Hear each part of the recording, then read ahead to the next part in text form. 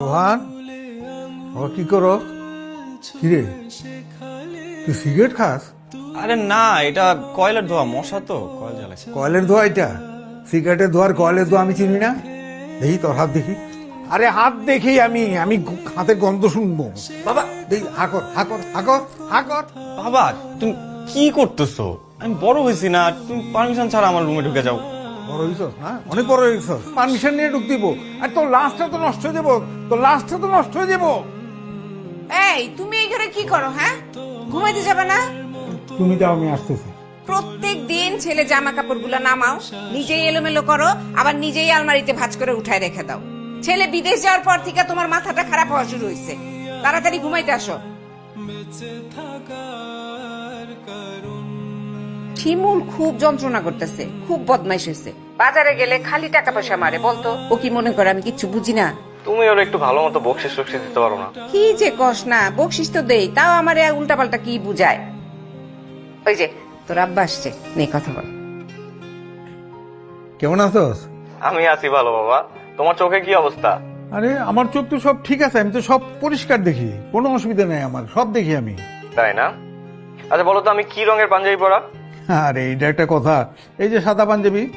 বাবা আমি পাঞ্জাবি পরা না, আমি শার্ট পরা। দূর, তোর আম্মার না এই মোবাইলের স্ক্রিনটাই খারাপ। স্ক্রিনটা দেখ কেমন ঘোলা, এই জন্য এরকম দেখা যায়। আমি সব দেখি, পরিষ্কার দেখি সব। কিন্তু আর শোন, তোর গ্যাসের ব্যথাটা কি কমছে? আমার গ্যাসের সমস্যা এখন নাই, ঠিক হয়ে গেছে। তুই কি এখন সিগারেট খাস? বাবা আমি সিগারেট খাওয়া ছেড়ে দিছি। খাস না? ঠিক আছে, আঙ্গুল দেখা, মারি দেখা, মারি দেখা।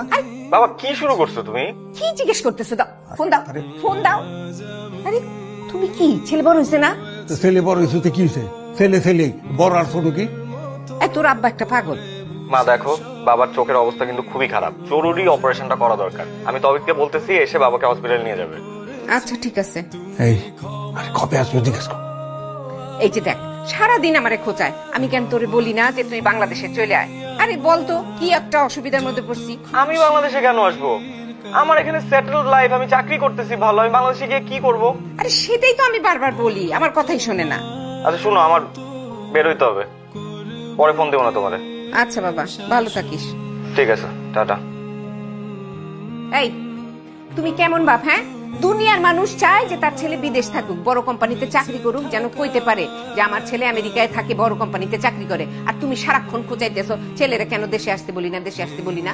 আমার এই আলগা ফুলদানির দরকার নাই, বুঝছো? আমার একটা মাত্র ছেলে, আমার সঙ্গে থাকবো, বাপ ছেলে একসঙ্গে থাকবো, এটা হচ্ছে আমার ইচ্ছা।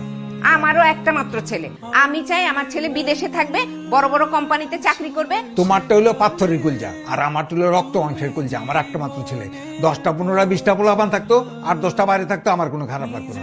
বাপ আর ছেলে একসঙ্গে একসাথে এক দেশে বাস করবো, এটা হলো আমার কথা। শোনো, ছেলে কইছে ওই যে তৌহিদে পাঠাবে, অপারেশন করে নিও চোখের। আমি কোনো অপারেশন করাবো না, আমার চোখ একদম ঠিক আছে, ফকফকা, আমি সবকিছু দেখতাছি। আমারে খালি কেলে ওরে মা।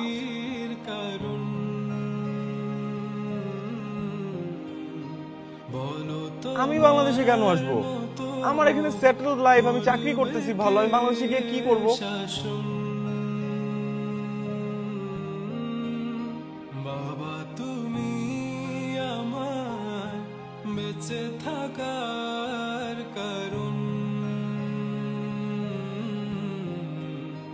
নেই তোমার মতো কেউ এতটা আপন। আঙ্কেল, রোহান তো আমাকে ডেইলি ইউএসএ থেকে ফোন দিচ্ছে। আপনাকে নাকি ডাক্তারের কাছে নিয়ে যাওয়া দরকার। কেন ডাক্তারের কাছে কেন? আমি তো সম্পূর্ণ সুস্থ, আমার তো কোনো রোগ নেই, আমি ডাক্তারের কাছে যাবো কেন? আমি তো শুনলাম আঙ্কেল আপনার চোখে নাকি। আমার চোখে কি হয়েছে? আমার চোখে কিচ্ছু নেই। তুমি তো না? জি আঙ্কেল। তাহলে আমি তো তোমাকে স্পষ্ট দেখতে পাচ্ছি, আমি তো ঘরে জিনিসপত্র সব ক্লিয়ার দেখতে পাচ্ছি, তাহলে আমি চোখের ডাক্তারের কাছে যাবো কেন? শোনো, তোমরা না এই যুগের ছেলে মেয়েরা বাপ মার ইমোশন বুঝো না। আর তুমি আর তোমার বন্ধু আমার চোখ নিয়ে কোনো টেনশন করতে হবে না। তুমি এসছো, আমি খুব খুশি হয়েছি। এখন চা খাও, চা খেয়ে চলে যাও। আঙ্কেল সাবধানে, নিচে গ্লাস আছে। আমি দেখি না? হাতটা কি গ্লাস পড়তেই পারে? কোথায় কাজ, কোথায় পানি, সব তো আমি দেখতে পাচ্ছি। হয়েছি বড়, নিজের মতো করে বুঝি সবই বাবা, আমি রোহান। সত্যি এলি? না এসে কি উপায় আছে? আমি তো জানি আমাকে ছাড়া চোখের অপারেশন তুমি করাবা না। যদি এলি তাহলে তো নাটক করলি কেন? আমার থেকে তো বড় নাটকবাজ তুমি। 1 বছর ধরে অপারেশনটা ঝুলাই রাখছো যাতে আমি দেশে চলে আসি। এখন চলে আসছি। তোমাদেরকে ছাড়া কি আর থাকতে পারি? একবারই চলে আসি। বলো তোমার মতো করবে কে শাসন?